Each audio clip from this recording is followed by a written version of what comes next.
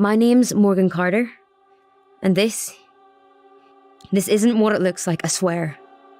Today, we're looking at Dream Cycle, though as you can probably tell by the title not having the usual should you buy portion, this game instead brought up the need to talk about something else in addition to just is this good or is this bad? Namely, the fact that it serves as a warning that procedural generation is a tool for replayability, not a solution to a lack of content. Now, the history of the game is one where you'd expect this to be known, considering the director of Dream Cycle has multiple games under their belt dating back to the original Tomb Raider. And despite being a small team comprised mostly of contracted work, there is a decent amount of industry experience across the board that worked on it. So it is a surprise that things didn't quite mesh as well as they should have. Don't get me wrong, I'm well aware the game, by its very premise, lends itself to quirkiness, since Dream Cycle is based on a series of short stories by H.P. Lovecraft that outline the experiences and world of dreams, so familiar objects exposed in unfamiliar ways are part of the world itself. The problem is, unfortunately, that bad solutions were used to create this discordant atmosphere, as well as artificially lengthen the game for your average player, and even partially obscure a lack of proper content in the title. Sure, there are tens, if not hundreds of thousands of variants on any given level, since they are procedurally generated, but the vast majority you're going to run across are just going to feel bad, and you'll even have some that are just flat out impossible to complete. This, while despite being chaotically assembled, will feel samey in all but pathfinding, since the levels themselves are atrociously small and lack in a variety of assets. A good example was that in the first 6 levels I played, I had one that was impossible to complete due to a missing note and its accompanying switch, and I had 2 that required me to use movement tech that felt unintended and glitchy to proceed past the starting area. This is because it started me at the bottom of a solid sheer cliff next to the deadly out-of-bounds zone, and thankfully the other 3 were just fine, albeit weird and clunky to navigate. Though, unfortunately, the 7th level was back to the sheer cliffs. And through the rest of the testing, I did only get 2 more impossible levels, though I did stop tracking how many levels I did, since it was just mindless grinding. Thankfully, the indoor zones that make up the second half of the levels and house your bosses had a bit more logic to them, more like the generation of a normal action RPG, and I never ran into one that was impossible, so my goal generally became to rush to those to make sure the outdoor portions would actually let me go forward, so I would at least have some fun.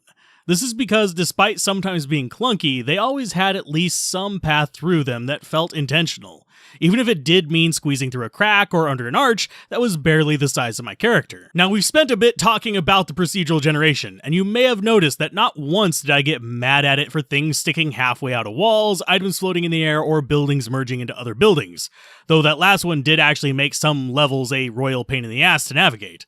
That's because these aspects do actually tie into the world it's trying to build. They're logical breaks of dreams.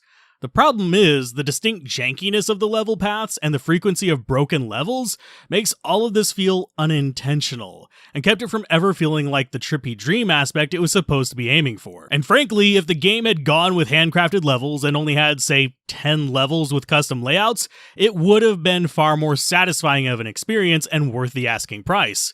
But instead, they decided to have grinding and navigating janky zones to be the gameplay loop for getting all of the MacGuffins, and while fighting the same handful of bosses over and over, and fighting the repetitive and sometimes non-functional terrain. This is because, while the controls are a bit jank, especially with the controller, if you grew up on PlayStation or PlayStation 2 era games, you'll get used to them pretty quick, since they're jank, not outlandish. And if you play on a keyboard and mouse, it's actually almost halfway fun in spite of the fairly awkward aiming system in it, since even though the critical hit system is a pain in the butt, and aiming is a nightmare when zipping at full speed, it was far from the worst I've seen even in other modern titles. And while there are ways to cheese and bypass a lot of the jank level design with the skills you'll eventually get, which I only know about because I looked up speedruns of this to see if I was being dense or if there was some method to the madness, the reality is, the method to the madness is madness in and of itself. But I digress with my ranting about the level design. It could have been better and used to get us more into the story and the world, or at the very least not impeded us from it, and there would have at least been a skeleton of a good game. Though, speaking of the story, in and of itself, it is fairly superficial, sadly, in spite of the source material. It basically opens up with you performing a ritual to send yourself into the dream realm to combat the sleeping disease, where you find 2 guardians dead. Well, one is dead-ish and still talks, but the other one is 100% definitely dead. You're trying to track down a specific soul trapped in the dream realm and rescue as many of the others as you can along the way. And that's about as deep as the story gets for most of it. Which is weird since the early access version actually felt like it was going for more, and it involved a lot more even in the beginning. So it feels almost like they trimmed it down to rush the game out the door, which is a shame, since I think they really wanted to do more with the story than they ended up doing on release, or even the subsequent patches. The way you achieve the goal of the story is sadly purely grinding the handful of levels over and over until you fill out the total number of yellow circles that can drop for each zone, which is frankly somewhat mind-numbing due to a lack of enemy variety that would have been fine in a shorter game, but this one tries to artificially stretch its length with this mandatory grind. Now, where the game redeems itself a bit, at least partially since there are bugs with how it's implemented, is that the skill variety is actually pretty enjoyable since you have leveled spells that you assign to different spell buttons based on whether it's an offensive or support spell, and you have passives that you can equip that augment your abilities through a perk system that is fairly flexible. Would I have preferred a tree? Yes, but finding these drops does give me a bit of nostalgia for finally finding that Holy Bolt or Mana Shield book in Diablo 1.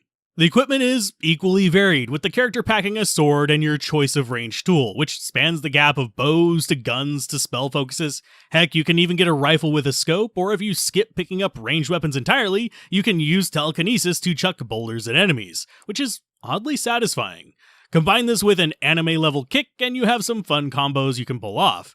Now, if only the kick dealt that much damage, but that would make it a bit overpowered since it does launch things pretty far back if they're not big. And sadly, that is about all the game gives us, which is unfortunate. There were a lot of good graphical assets, assembled in confusing ways, a lot of interesting starts of ideas, never seen to completion, and even a half-populated world map, literally half-populated, that could have been so much more.